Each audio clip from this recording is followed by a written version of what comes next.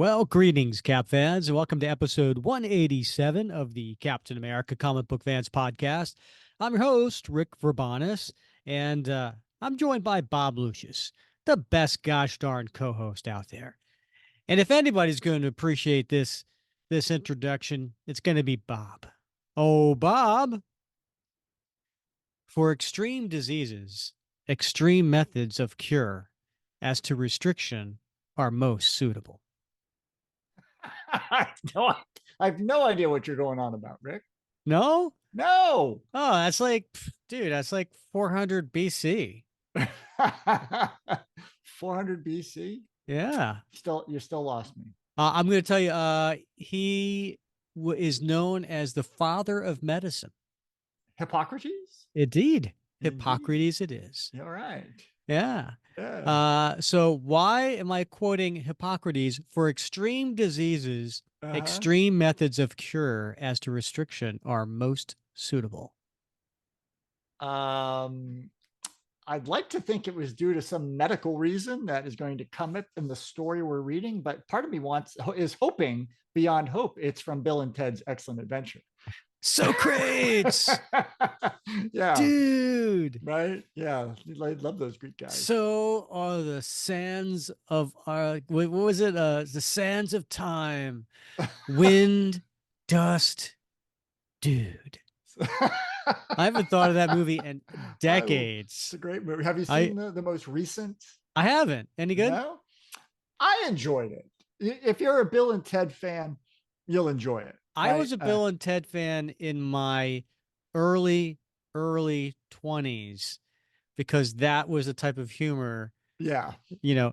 I don't know 30 years later yeah. if It I'm hasn't gonna. changed. It hasn't changed. So, and it's harder to see.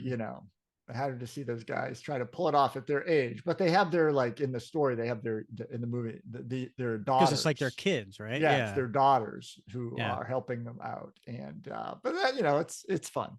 Yeah. It's fun. Yeah, so Hippocrates, yeah, I that quote has been I guess kind of accredited to quotes of extreme, when you have extreme circumstances, extreme measures, right? And that actually gets talked about in this comic today. A character says extreme circumstances require extreme measures. All So in right, a way, interesting. Yeah. she was uh she was quoting Hippocrates. Wow. The things you learn in comics, Rick. I know, right? That's crazy. Yeah, Bob. So today we're going to be covering part 5 of the 7-part story, Streets of Poison. And so we're covering Captain America 370, what was it, 376, I think, right? It is. Yeah. Yeah, 376. So this was a real fun story. So if you have not listened to our previous covering of this story, we do one issue per episode of the second Wednesday of every month. So you can go back and see the previous four spots we did in episodes 170, 175, 179, and 183. So check those out because otherwise you're going to be maybe um, a little bit behind on this story, but it's been a really fun story. I'm glad we're really doing this. It has actually. It's I'm for a lot of folks, including myself. It's been many, many, many years since I've read through this. I'm sure many folks. So I'm sure listeners are enjoying revisiting this fan favorite story. Yep, absolutely. So we'll get to that in a little bit. But Bob, before we do, I just want to explain to those who are maybe watching this video instead of listening. I kind of look like the mayhem guy right now. Yeah, Yeah, that's right. I I got noticed that now. I Now got a that you mention it. band-aid. I got this Yeah. my nose, my cheek here, and a couple Wow. other things. Yeah. No, I didn't get in a fight. I didn't Mm. lose. It was my annual trip to the dermatologist. Oh, nice. Yeah. So, Nice. those little, Yeah. hey, you got some of these spots here. We're gonna freeze these Oh off, my gosh. and Yeah. catch them before they Yeah. turn cancers or whatever. So, Yeah. yeah, that's what I got going on here. So, all you people out there who listen to the podcast and don't watch it, Yeah. count your blessings. They're like, hell, I count my blessings every Yeah. episode. Yeah. Well, I went to the doctor today, or to Rick as well, for my annual Uh-huh. physical. Yeah. And Using the whole fist there, Doc. yep, it was great. Yeah, Moon Moon River. River. But he did tell me, I was super excited when I walked in because they weigh you, and and of course they weighed me, and it was You lost some two. weight? It was no, it was 209, and I was like, "That's awesome! This is like the best news I've had all week," because I was fully clothed. Right? I had my wallet, my cell phone on me, my keys. So, Real, I dump all that stuff. You're gonna oh, weigh me? Oh, I I'm normally taking. do too, and I Yeah. figured this is awesome, right? Because that means once you take away all that stuff, I'm right where I need to be. Yeah. Except, I had this. He's told me He said, you're a little overweight. You need to lose, maybe 5 or 6 pounds. And then it dawned on me that that machine is already calibrated to account for Clothes and shoes. Ah, clothes son and of a shoe. gun. I know who does that, right? So Yeah. yeah, I so usually wait until certain things happen before I weigh myself. yeah, You know what I mean? yeah. I like I'm gonna wait till I go to the bathroom here, like there's Yeah. nothing left I don't even know to if we have a scale. I don't, I actually I do because my son comes in 3 times a day to weigh himself. He's oh at that that's healthy. he's at that stage in life where he's working Yeah. out and stuff. Uh-huh. And I'm like, "What are you doing?" He's like, "I'm weighing myself." I'm like, "We have a scale? I had no idea. Yeah. It's not an implement I choose to use." Yeah. I tell you, man, Mhm. I am not I went out to dinner. Meg and I went out to dinner with my cousin and his wife, and they're older than me, and I guess maybe like 12 years older than me or something like Mhm. that. And he's retired, uh and we're sitting there, and I mentioned something like, yeah, I want to lose like, 12 pounds, whatever. And he's looking at me, he's like, where?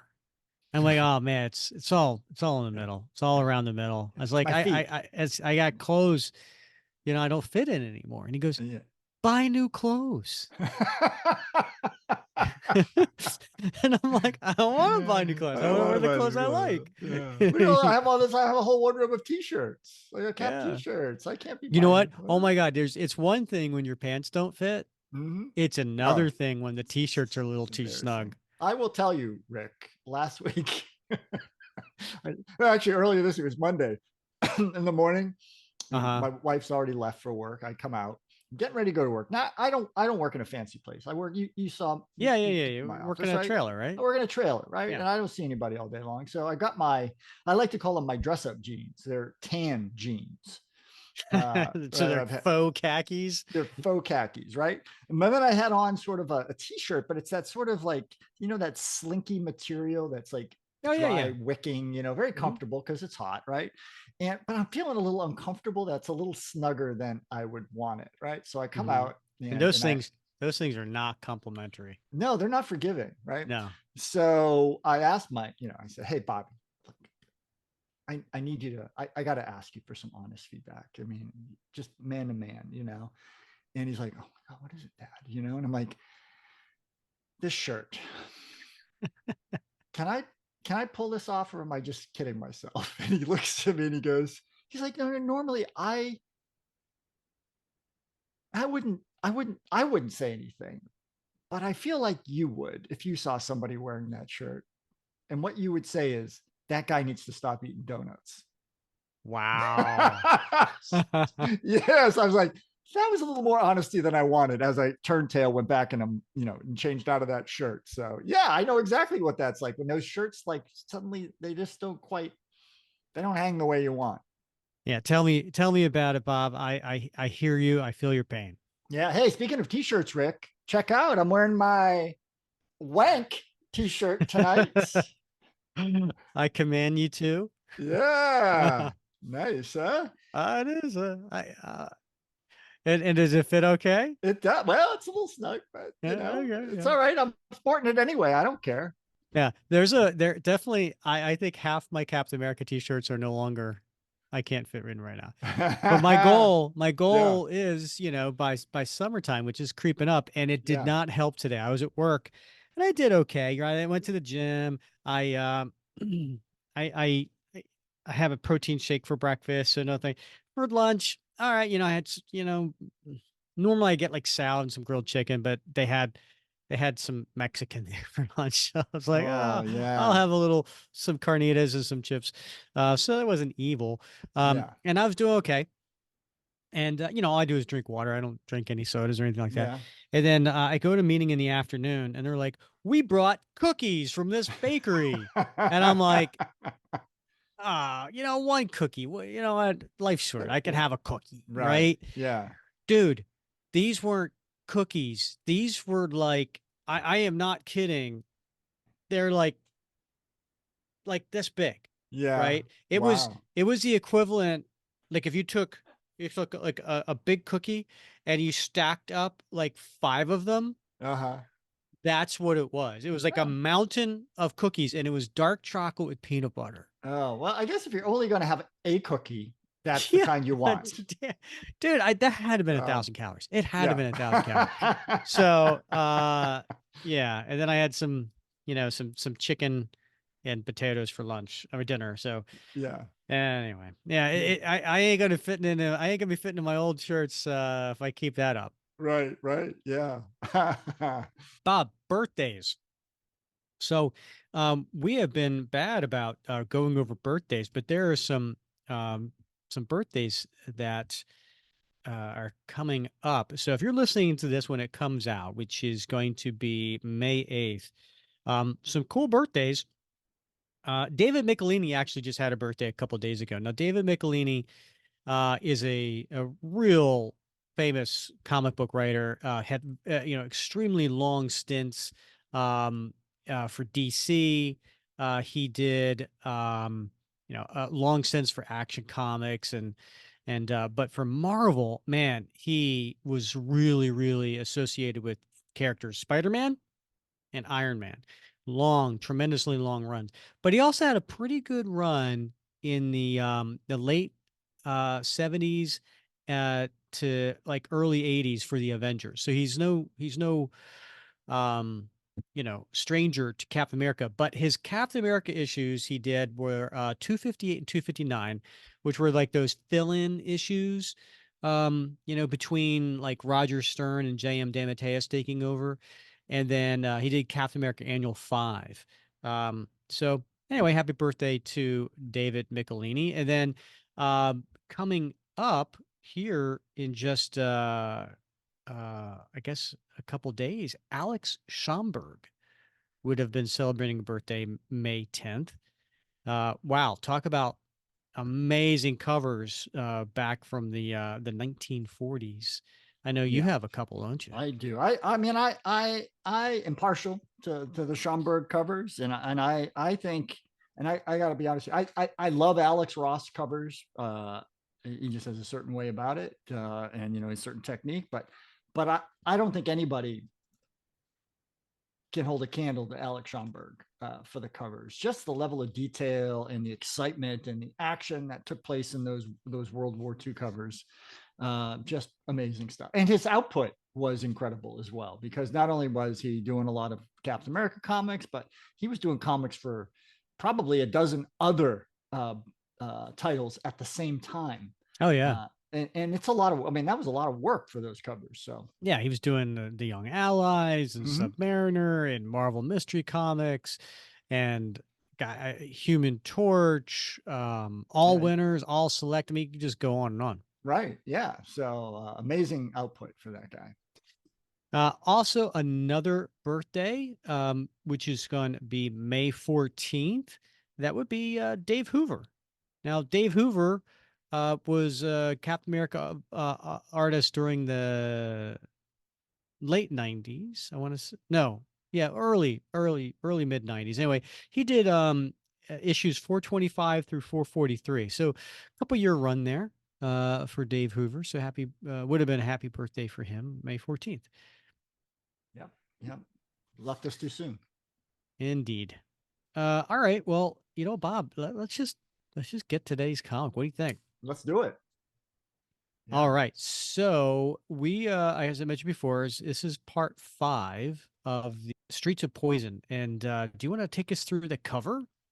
I would be privileged to, Rick. Yeah, thank you. So it's a great cover. It's got a lot of characters on it, which is always a nice thing when you're leafing through those titles at the comic store or on the rack, and you're trying to decide what book to pick up. I can't imagine like seeing this book, picking it up, and going, "Oh my goodness!" Because on the cover we see a trio of action, right? We see Cap right there, smack dead center in the foreground, and we see behind him Black Widow. Now she's wearing, and I'm going to say it, that skin tight gray cat suit Mm-hmm. that was introduced in the 80s. So with the high collar, and she's got the flaming red hair in a really that early 80s, late 70s perm that was popular at the time.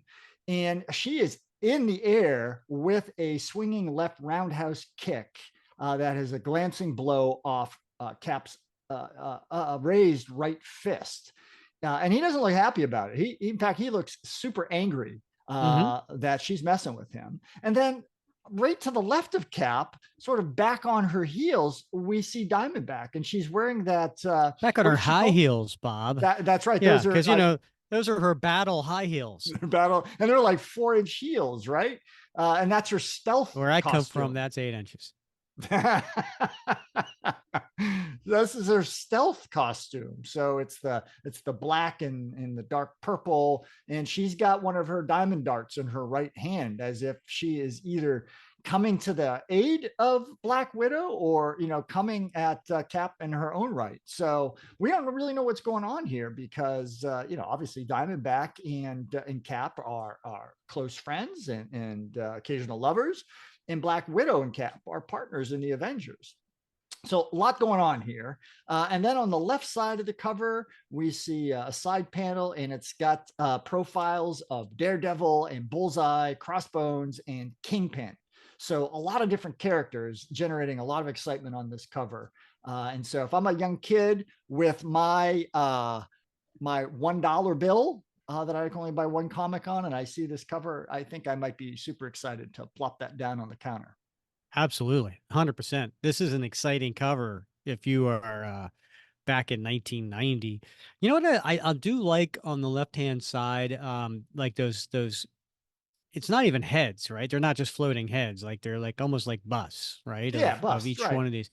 Um, I always liked that from like the 60s and the 70s, especially like Justice League did that a lot. Like, Justice League had such a huge ensemble. Like you never knew, certainly not every character on the member of the Justice League was going to be in that issue. So they would say Hawkman, Elongated Man, Green Lantern, Green Arrow, like they had shows. I always liked that on a cover. You know what I Yeah. mean? I don't know about you. Yeah, I think you know what you're going to get, and it just builds a little excitement because you always know the title. It's a Captain America title; he's going to be in there, at least generally, right? But Unless it's it's nice, 2005, so right? Yeah, 2006, 2007, right. 2008. Exactly. Yeah. So but to see some of the other characters are going to be principal roles as maybe even as antagonists in the story. That's kind of that's a good hook. Yeah. Yep. So the creators in this book. So by the way, Ron Lim and Danny Belandi are the artists on the cover, and it did have a cover date of September 1990, but it hit the stands July 3rd, 1990.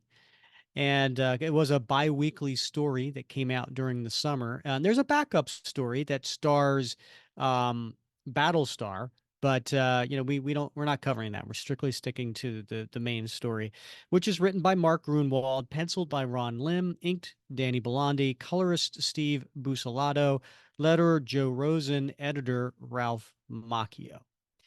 And then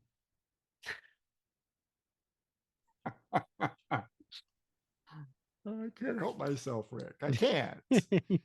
You look every time. Wax on. There. That's the stuff. There you go. And I like in the comic, hold on, I got to get the comic. There we go. Picking it off the comic rack.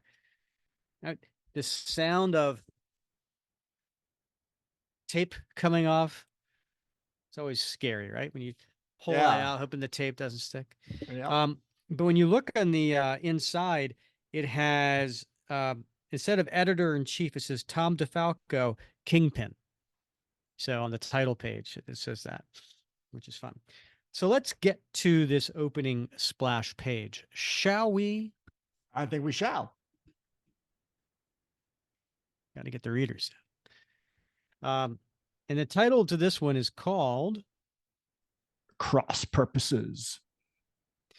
At a playground somewhere in Manhattan's Little Italy district, what just gone on has been anything but fun and games. For the sightless manhunter known as Daredevil, things have gotten even worse. And so we see, and if you recall, Cap bested Daredevil in a hand-to-hand fight in a playground in the previous issue. Cap has been acting very, very out of character. He has been saying and doing things that very, very odd, not necessarily noble. He has been erratic. He's been paranoid, and quite frankly, he's under the influence of a drug called ice. And this happened during an explosion where I guess ice dust particles got into his system, and he's been getting worse and worse and worse.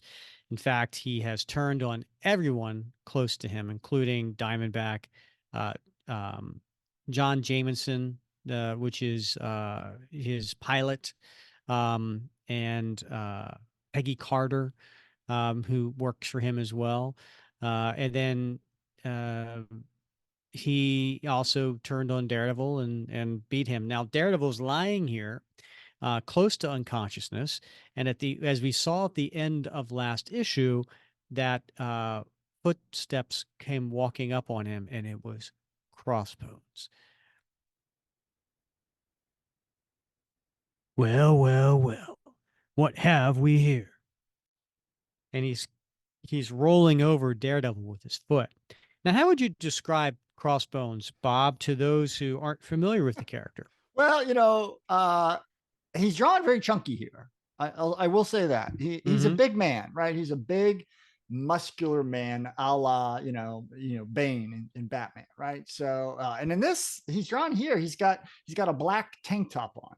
Now, I used to wear black tank tops when I went to the gym. I didn't fill it out like this man, right? He's got huge hulking arms, and across that black tank top, he has got the crossbones, and black pants. He's got black boots, and of course, he's got pouches, because who doesn't love pouches, and holsters on each hip, and his signature. It's like those. What do they call them? The Mexican wrestling masks. Do you remember what they call those? Mexican. Luchadore. The luchadore masks, Okay, right? okay. Yeah, and imprinted on that black luchador mask is the skull motif of Crossbones. So a big man, not one to be trifled with. Indeed. So Daredevil's thinking to himself, Ugh, can barely move. Still 2 days from that beating Cap gave me. Who the heck's this? Some big bruiser with an unfamiliar scent and a very powerful heartbeat. Better lie still, pretend I'm still unconscious, till I can pull myself together a bit more. Assess if he's friend or foe. We all know he's foe. Next page. Looks to me like a genuine New York superhero. DD, and he's looking at the DD on his chest. Now, what could that stand for? Devil Dog? Death Dodger? Danger Dude? You look in real rough shape, Double D. Who did this to you? Some big mean old bad guy. So, all right. I thought he was kind of messing with him, like mocking him at first, Yeah. but I don't think he recognizes Daredevil. Yeah, I don't think he knows who he is. I like Danger Dude though. How can you not know who Daredevil is? He's been around for years at this point. Yeah. Well, they just travel in different circles, I guess. I mean, Crossbones doesn't strike me as the sort of guy who reads the newspapers, Rick. Well, that's true. It is pre-internet. If Yeah. he's not on the nightly news or in the newspapers, maybe you don't get that info. So again, Daredevil's thinking to himself, his cavalier attitude toward an injured man gives me the distinct impression I'm not dealing with a saint here. Not very talkative, are you, Double D? Wonder if I beat about the face a bit, it would loosen your tongue. That clinches it. Better prepare to. Nah, not tonight. I'll content myself with a peek at your puss.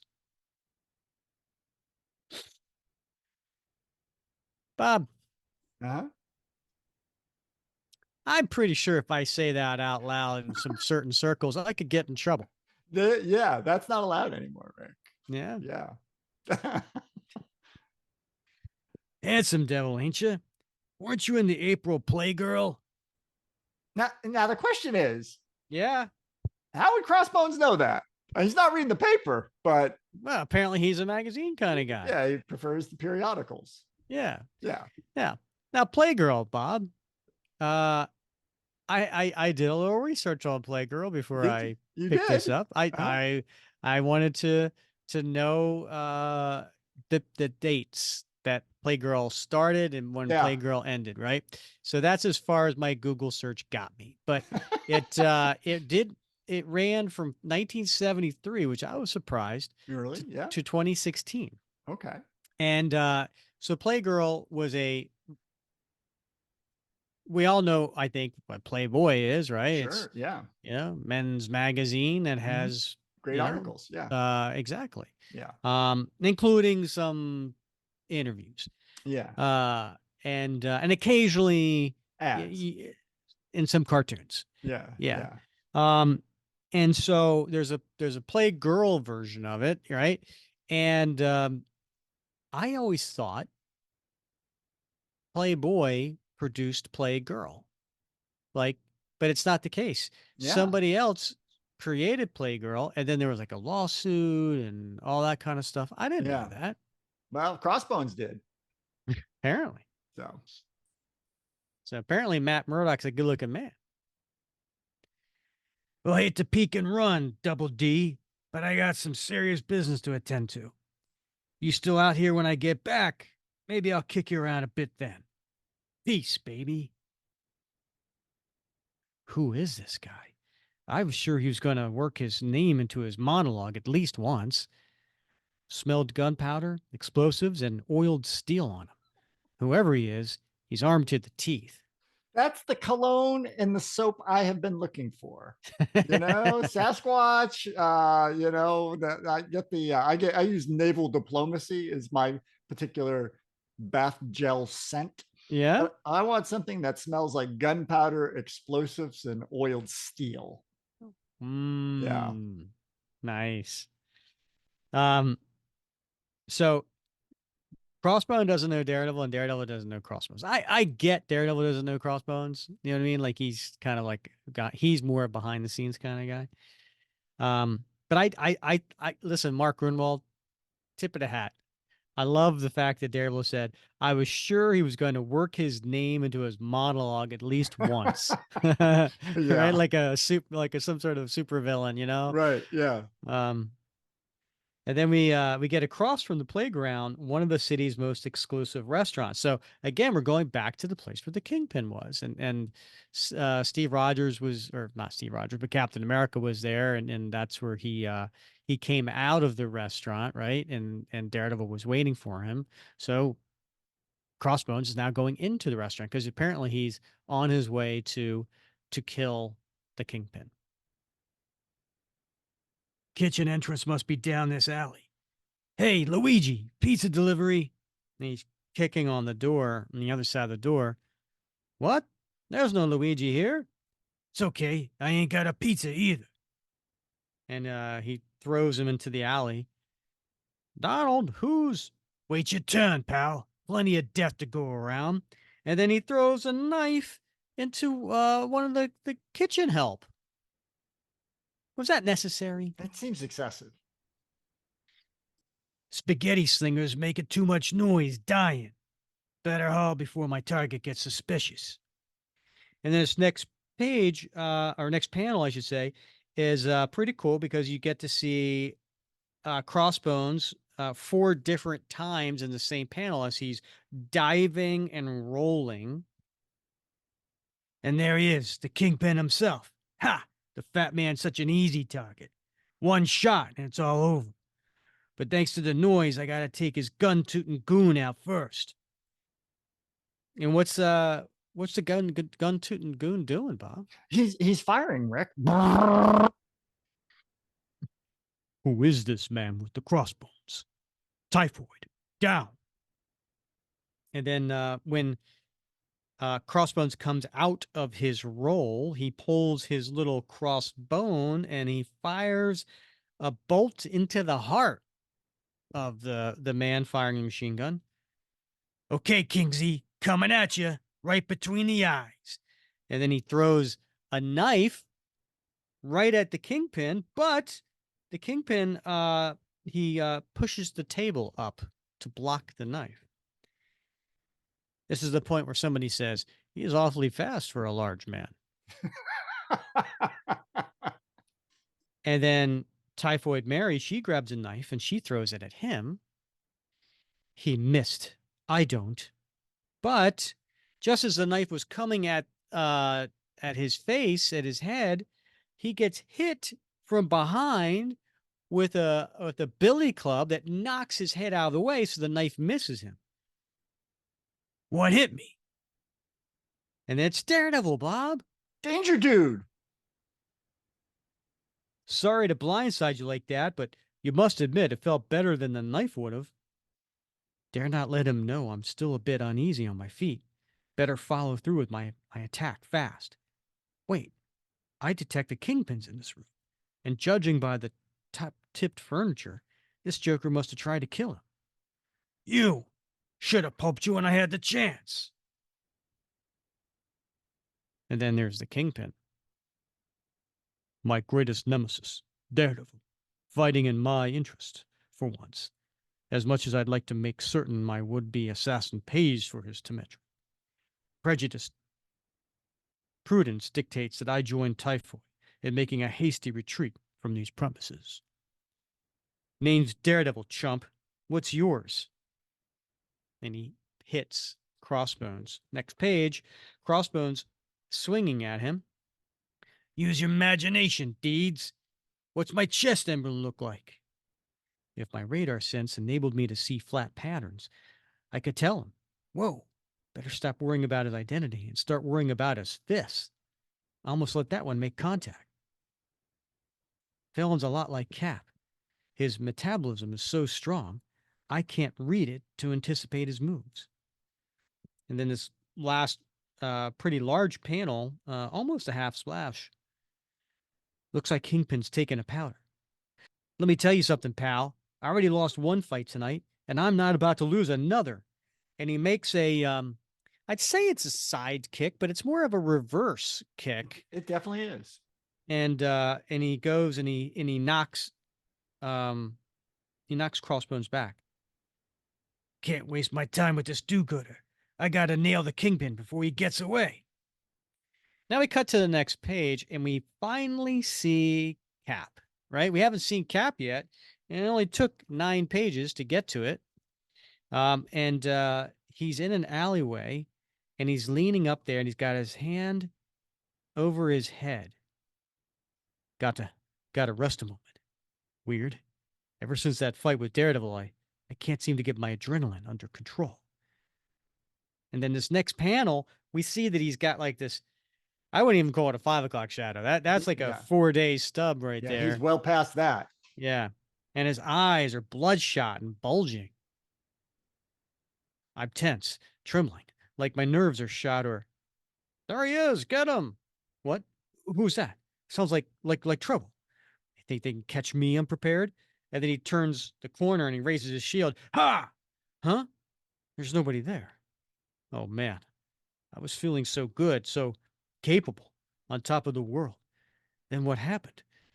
I'm not sure, but it happened right after I left Daredevil.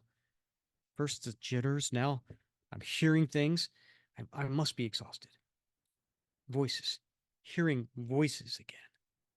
And then we see these different apparitions in Cap's head. And the first one is the Red Skull. That's not all you are, my star spangled simpleton. You're skating on the edge, out of control, ready for a crack up. You know, Bob, when I said that, I almost sounded like Mr. Burns. My star spangled simpleton? Excellent, Smithers. Yes, excellent. Simpson, is it? And then we get the guy from the commission who is secretly working for the Red Skull. You're a disgrace to your uniform. I think the commission will have to take it from you again. Give it to the someone more deserving. And then we see Fabian from the first part of this story. Okay, I'm on drugs, but what do you think the super soldier serum is? Kool-Aid? And then we see Jameson. It's a demand side problem, Cap. You just got to decrease your demand. And then it's Diamondback. You need help, Cap. There's something wrong with you. Real wrong. And we turn the page, and Cap is shouting to the sky with his eyes really closed tight. Get out of my head! I'm Captain America, blast it. There's never anything wrong with me. Sleep. That's all I really need. Haven't slept in days, almost a week. Just a little sleep and I'll be okay. But I can't sleep yet. I haven't solved the case I'm on. Got to get some closure on it first. Can't rest. Gotta go on. So I just want to pause here. We've talked about this before in the last few episodes, Bob, where him being on drugs is very similar to someone who's on alcohol or something where maybe they're saying things that they have thought, but they just they don't dare say, right? And I find it interesting that he says, I'm Captain America blasted. There's never anything wrong with me. Is that something else that's slipping? Does he actually think that? Because I've never seen Steve Rogers as someone who feels that way about him. Now, it could be, maybe I'm defending him, but it could be that he feels the pressure of being Captain America, and nothing can ever be wrong with Captain America because he's this status, he's this idol, he's this, he always has to be at his best. He knows Mhm. he's a role model. Maybe that's what he meant by that. I don't know. What are your thoughts? I don't know. I mean, I'm not reading that deeply into it. I think he's just referring to the fact that he doesn't really get sick, right? He doesn't feel ill. Yeah, he gets tired, he gets worn out, but he recovers quickly. Even when he's injured, he heals quickly. And so I think he's shocked that things are not they're not bouncing back the way that he normally would expect them to do. And I think he's a little bit scared at this point that this is not what he's used to. Could be. He's definitely rattled.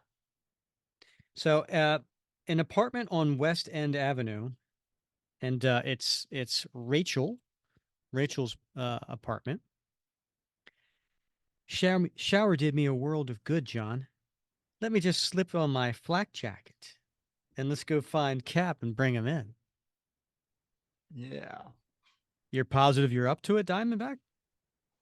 Cap needs us, John. No telling what he'll do with that drug in his system. I'm not going to let a few bruised ribs keep me from helping him in his hour of need. The lady's a trooper. Wonder if Cap has any ideas how much she cares about. Gotta watch myself. I could easily become way too interested in her. Last thing this hotshot pilot wants is to compete with his boss for, hold it. And then they both, because they're on the roof, right? They went up through the skylight Yeah. because that's what costume characters do. They have skylights in New York, and they just, how many skylights are in New York? Right, right. Yeah. Right? I mean, like, Everybody come just on. How travels by many rooftop. how many apartment complexes in Manhattan Yeah. have skylights and have skylights that open up? Right. Yeah. That's the part of this story that I don't believe. That's where my suspension of belief happens, Bob. They've gone too far. So they turn around, and who's standing there, Bob? There she is. There she is. The lovely lady herself, the Black Widow. Diamondback. And she's standing there with her arms crossed. Mm-hmm. I get that. I get that look a lot. It is a stern look. Yeah. The Yeah. arms It's like, crossed, the stern look. Yeah. yeah, you get that a lot, Bob? Yeah. Oh, not the Black Widow. Don't know how you found me here, spy lady, but I got the story on you from Peggy Carter. But she's the Avengers. I told you the first time we met. I'm an Avenger. It's true, Diamond. She's with the reserves. Oh, in that case, I'd like to apologize for that misunderstanding we had earlier this week. No need. It was as much my fault as yours. I should have been up on your current dossier. I've come to offer my help in finding and subduing Captain America. Miss Carter briefed me on the matter. Sure. Rather have you with me than against me. John and I are going to need all the help we can get. You got yourself a deal, Widow, and they shake hands. All right, we cut back to Little Italy and Crossbones leaving the restaurant and Daredevil's underneath a table. Still didn't polish off that clown, but I've got no time to waste right now. The Kingpin is getting away. Gotta move, but too late. The limousine is pulling away. You know how we could tell it's in motion, Bob? Oh, Rick. Is it the exhaust? Just a stream of exhausts coming. Yeah, Yeah. absolutely. Yeah.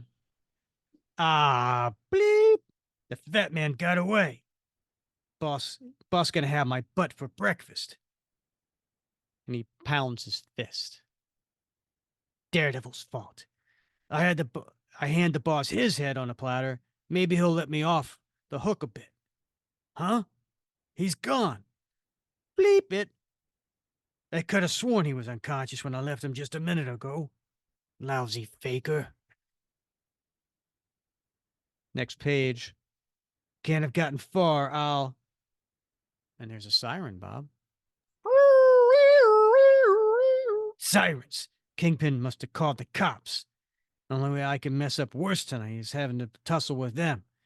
I better lamb out. Daredevil, you're on my list. And 100 feet above, we got Daredevil leaning up against a water tower, and he's got his arms crossed. What, Ron Lim running out of poses here? Like, what's going on? Not my best night, not by a long shot. Got beaten up twice, saved 2 people's lives, which may not have been worth saving. Arrived too late to save the 4 waiters and 2 bodyguards. And now I stand here while the perpetrator of the slaughter runs off. I just can't do any more tonight. Took every ounce of energy I had to climb the fire escape up here. Don't feel so hot. All that physical abuse, right after the metaphysical abuse I took in that demonic dimension. When was that, Bob? I believe that's a reference to Daredevil 280 to 282, Rick. Some hero I am. I must be losing my grip. Don't know if it's taken too many blows to the head tonight or what, but I feel I forget. And he walks off into the darkness. To be continued in Daredevil's series, I'm assuming.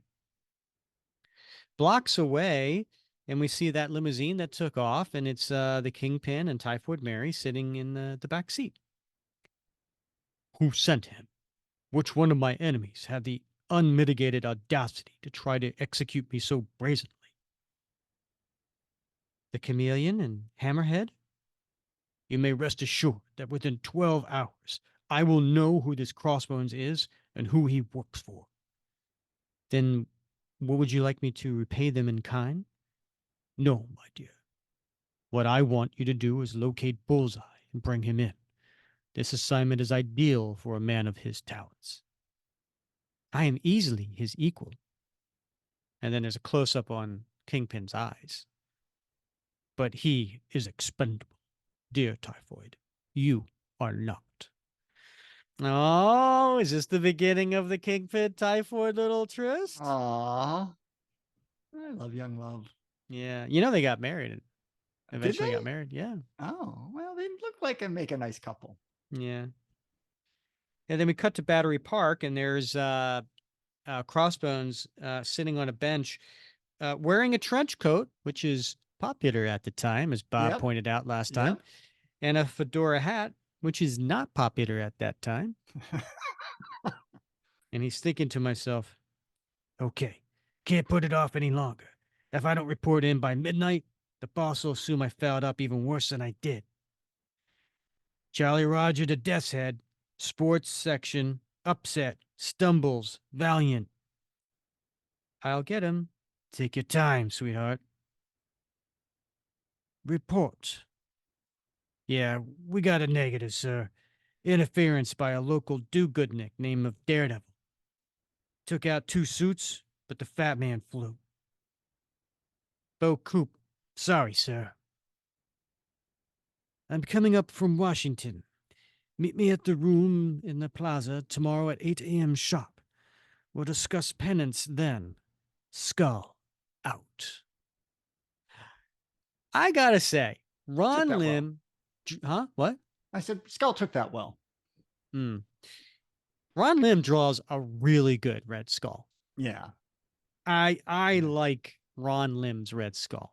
Yeah. There are some artists that are okay and some that I don't like, but Yeah.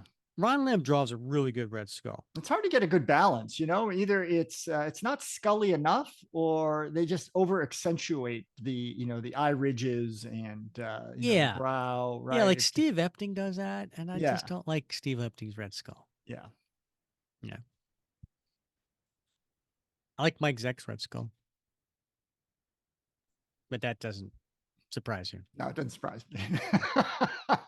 We cut to Uptown, and we're in a van, and it is Black Widow, Diamondback, and Jameson. Jameson's driving. Black Widow's in the back seat.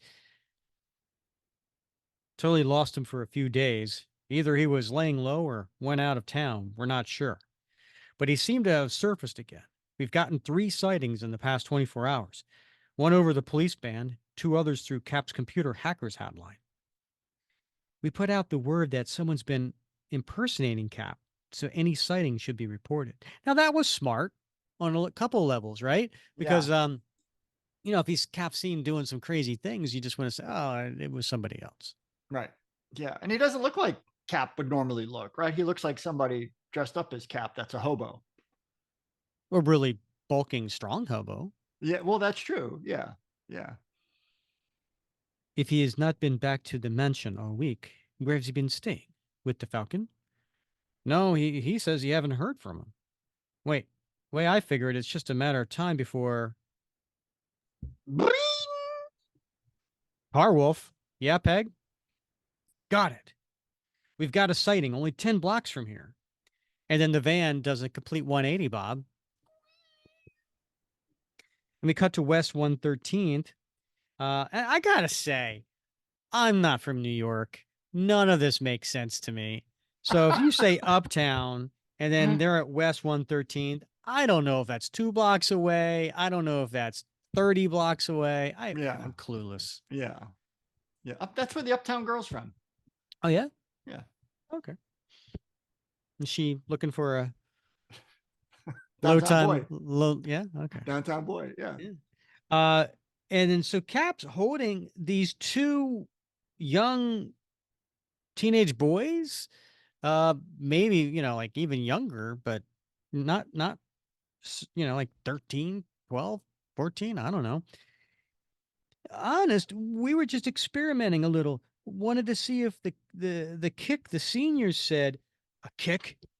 That's what your pea beans are looking for? A kick? Well, have I got a kick for you? And he's holding them by their shirts, pressed up against the wall, way above his head. That seems a little extreme. It is, yeah. Let him go, Cap. And Cap turns his head and he grimaces. You're on drugs, Captain. You inhaled ice in that warehouse explosion. We're taking you in for treatment. I think not. And the two boys run away as Cap pulls his shield off his back. Let's go, Diamond. Right behind you. And then she goes high while Diamond goes low. You can consider your Avengers membership terminated, Natasha. And Diamond throws a knockout gas Diamond at Cap's feet. And in these two panels, we see Widow in air. And in one panel, she's saying hi, and the next panel, she's saying yeah. So, hi, yeah, right? And but she extends the leg, but Cap ducks back. Missed. His reflexes haven't dulled any. No percentage in pulling any punches. Use my widow's sting. Now, what's a widow's sting, Bob? Isn't that some sort of like she's got these things on her wrists that emit some sort of like stunning, like a well, this was well before stun guns, actually, Mm-hmm. right? Similar effect. Yeah, so it's a kind of like electric shock type of thing. Yeah. Easy shot, Widow, but you missed. I won't. And he punches her.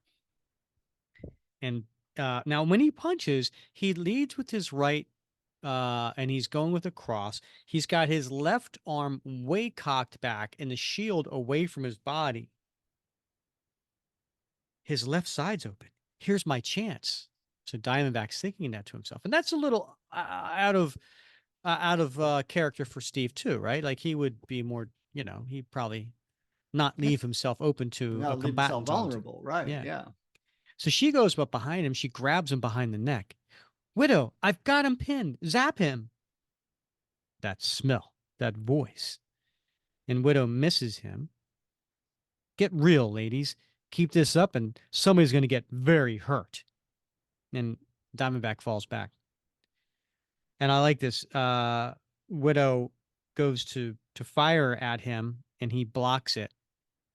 Hope that's ego talking and not sexism, Captain. Even on drugs, you and Cap kicks her. And again, wide open, shield back, everything. And Cap says, drugs, drugs, drugs. I am not on drugs. I'm Captain America, blast it. He left himself wide open again. I could take him out with a diamond. I know it. And then she goes to throw it, but it misses him. And she thinks to herself, I missed. On purpose? She's questioning. Don't you think I'd know if I was on? And then he looks at Diamondback and then he throws his shield, but she ducks.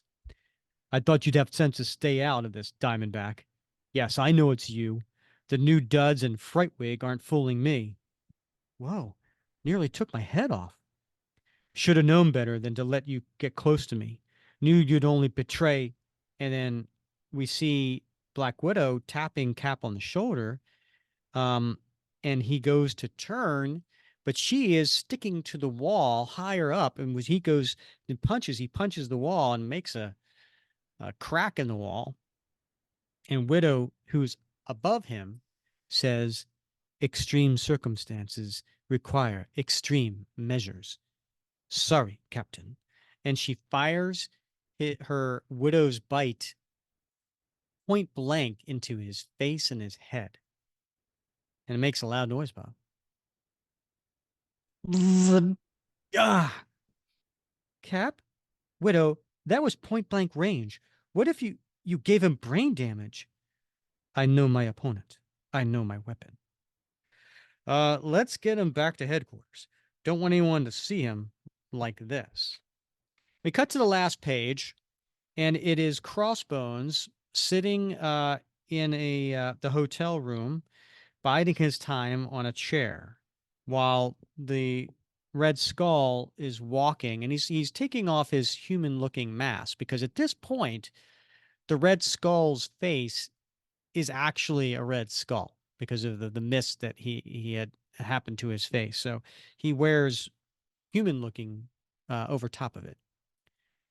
And it's 8:15 the next day. So Crossbones has been sitting there for over 15 minutes.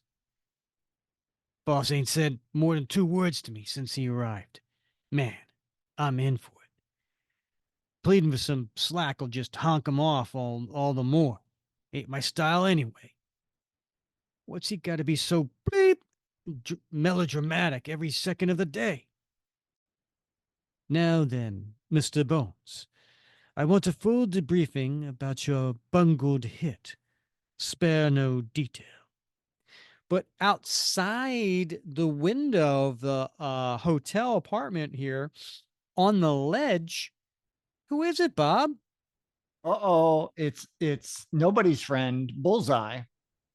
Yeah, and he is armed to the teeth. He's got a vest on. He's got a holster on his leg. He's got a sai in his right hand. He looks like what kind of is that a shotgun? That's a shotgun in Yeah, his that's a left hand. pistol shotgun. Yeah. Yeah. And then he's got like a samurai sword on his back. Like he is here for business. Yeah. And he thinks to himself, save your breath, Chunky. Another second, and your boneheaded boss is going to be known as the Red Rug Stain. Wow. Next, Bullseye versus Crossbones. Plus, Cap's killing cure. That's a good issue. Yeah, I mean that leaves you really. That leaves me excited for the next issue, Rick, because you see Bullseye and Crossbones up Mm-hmm. against each other. Yeah, I'll take two of those. Yeah. Yeah. Definitely come back in a month for that because I can't wait to cover that. All right, Bob. So, this is the part of the show where we talk about our favorite panels. What do we think is t-shirt worthy? What we put on a t-shirt, and then what's going in our time capsule, which is something is usually out of the ordinary that would pinpoint this particular time for the story. Yeah. So you go first, Bob. What's your favorite panel in this story? I'm gonna have to go with page 8, Rick. Hmm. That is that first upper left hand panel with Cap screaming, "Get out of my head." Okay. Yeah, All not the right. best looking Cap we've ever seen, Mm-hmm. but I think with, as you pointed out, the multi-day beard growth, and his eyes are squeezed shut. But recently we saw how bloodshot they were and bulging. He's in a lot of emotional pain here, and I think Lim has really captured that Mm-hmm. in this panel. So I think it's well done, and it really encapsulates everything that we've been seeing so far in the previous issues. Yeah. Perfect. I like it. I was tempted to do that one myself, so good choice. Um, What do you for got? for my favorite panel, I almost went with the Red Skull because again, he just does an amazing looking Red Skull. But I'm gonna have to go with an action pose. So it's actually the real page 8, um, and that is when Daredevil kicks Crossbones. Yeah, yeah, Right? That's a good action pose. And it just shows how much Ron Lim knows anatomy, yeah. and his ability to, like I imagine like does somebody pose for that? Because that's a that's a really cool leaning, and if I was a, a martial arts instructor, I would say excellent job. You kept your chest up, Hmm. you whatever, and tilted your shoulder down, so great battle thing with Daredevil, and then just knocking, and who doesn't like seeing Crossbones getting hit? Sure. Yeah, yeah. Actually, you bring up a really good point because there's several panels in this particular issue where we see a number of different types of kicks, and Hmm. they're all illustrated well and accurately. So yeah, I mean, I think you make a really excellent point about his grasp of the physicality of anatomy. Hmm. How about t-shirts, Rick? What are you going to put on a t-shirt? I'm going to go with page 20, and I the panel where Black Widow says to Cap, I hope that's ego talking and not sexism, Captain. Right? Yeah. I think that would look good right here. Like, Black Widow and Captain America fighting. And, Uh-huh. I don't know. Yeah. There's something about that that just tickles me. Yeah, it is. It's considering the era in which this came out, right? I mean, it was quite a few years ago, and so kudos to Mark for putting that in there, because it's funny, but it's also, it's a serious jibe, Mm-hmm. yeah. And the face on Black Widow looks a little bit like Barry Windsor Smith. So I kind of dig that too. How about you? What are you putting on a t-shirt? Well, I am going with the Red Skull. So Oh, yeah, okay. that panel where he's in the car, and he is, I think he's in a car, and he's talking to Crossbones over his video phone, and he says, "I'm coming up from Washington. Meet me at my room in the plaza tomorrow at 8 a.m. sharp." I like that Well, because the best part to me is when he says, "We'll discuss penance then." yeah, yeah. Well, I'm a political guy, Rick. I'm a political junkie, and I love Red Skull saying, "I'm coming up from Washington." I want that on a shirt. Very nice. Yeah. All right. How about going in your time capsule? All right. Well, again, I'm going to go back to that same page as my favorite panel, Rick. And I'm gonna call out John Jameson's jeans. Hmm. I don't know about you, Rick, but I definitely remember early '90s silver tab jeans. It was a particular style and cut of jeans. Everybody was wearing them. I definitely was wearing them, and I see that John Jameson is wearing them as well. But they were out of fashion by the late 1990s, and at Goodwill. I'm going with the silver tab jeans. Okay. And yeah, that's attention to detail right there by Ron Lim, right? Like he's, Yeah. he's putting in style. Like he's not just drawing generic pants. No, there's a lot of style references to the '90s for sure. Yeah. We've talked about the overcoats and yeah, hair for sure. What about you, Rick? How about what's in your time capsule? I struggled with this one, but I'm gonna go with the last page. I'm gonna go with the entire last page where it's you got Red Skull, because I think this is the first time that Bullseye and Red Skull, are on the same page together. Yeah, yeah. I think Huh. that's noteworthy because they're both extremely like if you think of Captain America's number one nemesis, it's obviously Red Skull. Yeah. Arguably, the number one nemesis for Daredevil is probably Bullseye. Huh. And so, here are these two heavyweights for major villains, and this is the first time they're on the same page together, as far as I'm Yeah. aware. Yeah. Interesting. Yeah, Yeah, and it's a great page. Gets you really fired up for the next issue. indeed. Um, Speaking of next episode, we are going to um, we're going to do let's do a story about Captain America. You want to do that? Hey, that sounds good. Yeah, yeah. But this one is actually not going to be in the pages of Captain America. We're going to go to 1983, a Captain America story written by J.M. DeMatteis. What? It's not Captain America? No, it is Marvel Team Up. We're going to be doing Marvel Team Up 128 from 1983. And if you saw the cover, you would know exactly the issue we're talking about. It's the famous photo cover of Captain America and Spider-Man. You got actors, or people to put on costumes and then stand in Manhattan with the cityscape behind them, Mm-hmm. and the two of them are standing there and posing. And man, I gotta tell you, in 1983, when you were on a spinner rack, you saw that, you're like, what? It was really clever and imaginative at that point. It Yeah. really got your Yeah. attention. So yeah, it's a Captain America Spider-Man story written by J.M. DeMatteis, and the villain is Vermin. So if you remember, Vermin was a character that was developed by J.M. DeMatteis for the Baron Zemo story that we had covered in the past. So Indeed. Yeah. that'd be fun. What do you think? Yeah. I think that's, I haven't read a lot of Marvel team up stories, Rick. So I'm kind of looking forward to those. Excellent. All right. Well, Bob, listen, as always, I've been having a lot of fun wrapping cap. Indeed. I can't wait till next week. All right.